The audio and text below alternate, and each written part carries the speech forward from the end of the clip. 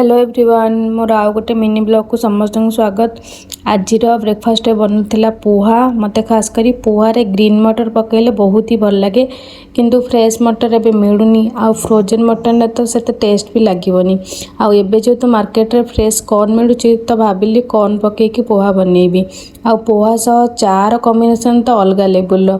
Normally मु चा lover नुह, बट सकाळे गोटे टाइम मते जहाँ भी चा दरकार। मु प्राय देखी लोक मैंने खाइबारे कंप्रोमाइज करदेवे, बट चा रे कंप्रोमाइज जमा भी नुह। जो मैंने चा लवर से मैंने ही एटा बुझीपारे।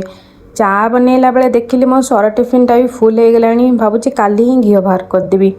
आज लंच रे बनाऊली डालमा। डालमा तो एबे डेली बनाऊँगी कहीं मो पुओ खाऊँ सीझा सीझी टिके। तो ता सहित मुझे बनाऊली देसी कांकड़ आनी मार्केट रू, सेटा आलू पकईकी प्लेन भाजदेली। आउ टमाटो चटनी बनाया तो टमाटो भी टे सेक देउथिली। रे मो पुओ को खुआई देली। आउ आमे भी खाइकी बस पड़ू गोटे मुवी देखिया को। बहुत दिन पर गोटे मुवी देखिली।